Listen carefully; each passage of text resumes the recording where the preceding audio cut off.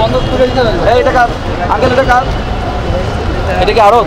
আচ্ছা স্যার, এটা কি আড়ত? এটা একটা বড় প্রজেক্ট আমাদের, হ্যাঁ, সরকারি প্রজেক্ট। এরা কিন্তু এরকম করে রাখছে স্যার। এখানে ওই যে রাত্রে যখন যে গাড়িগুলো আসে, গাড়িগুলো ঢুকতে পারে না এখানে এই ঝামেলার কারণে। সিমেন্ট বালির বড় বড় মালিক কোথায়?